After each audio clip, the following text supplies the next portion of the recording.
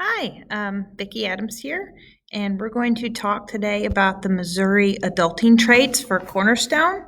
So these are just some traits that MERS Goodwill has come up with that we feel embody um, some of the better traits when you're out in the adulting world, so to speak. So we'll just start off here when we talk about problem solving. Problem solving is being able to face an issue that comes up in your life, identify the problem, come up with a solution, and apply the problem. So that's one of the things we strive for in all of our classes. Can you come up with solutions or multiple solutions to problems within your life? In addition to problem solving, we talk about teamwork. Can you work with others? This is an important skill because if you are on a job, you may have to work with other team members, you have to work with your boss, and sometimes we have to work with people we don't like, or we have to work with people who have skills or personalities that we clash with. So we have to be able to work with people that we like or don't like. And how do we go about doing that? And what do you consider important teamworking skills? We also talk about self-sufficiency. It's being able to get things done on your own. Do you have triggers? Are there certain things that people say that just enrage you or upset you? You got to be able to identify your triggers, identify things people do that make you angry, and try to avoid them or try to mitigate them. Because sometimes when people do things, they're not doing it on purpose to make you upset, and they don't realize that they're making you upset. So you have to be able to identify some of those triggers yourself. You have to be able to de-stress. You have to be able to prioritize. So there's a lot of different things involved with that. Dependability. Can people count on you the same way you count on others? Do you hold yourself to the same standard others hold you to? Leadership.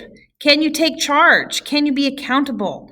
Can you make decisions? Can you inspire others to follow you? Not only can you be a good leader, but what do you look for in other people that are leaders? Drive. So a drive means what pushes you, what motivates you. Why do we get up at 6 a.m. to go to a job we don't like? Is it to make money? Is it to feed our kids? Why do we strive to finish our high school diploma? Why do we want to get a different job? Do you want the same job you have now? Do you want a different job? Do you want a promotion within your job? Those kinds of things.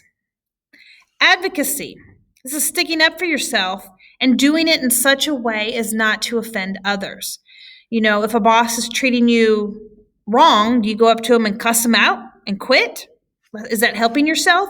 Or is there a way that you can stand up for yourself, assert yourself, say, hey, I think this issue is wrong? And how do you go about that?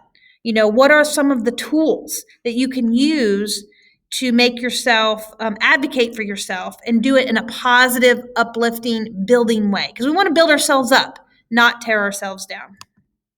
And communication, this is a really important one because no matter what we're doing, we have to be able to communicate. We have to make sure our wants, our needs, our desires are communicated to another person. And at the same time, we have to learn to listen to the other person's wants, needs, desires.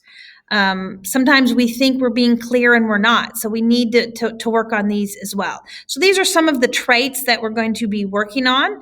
Read through the slide, and there'll be an assignment with some questions, making you reflecting upon these and how these traits affect you and how we will continue to work on them. So welcome to class, and I look forward to the next 8 weeks.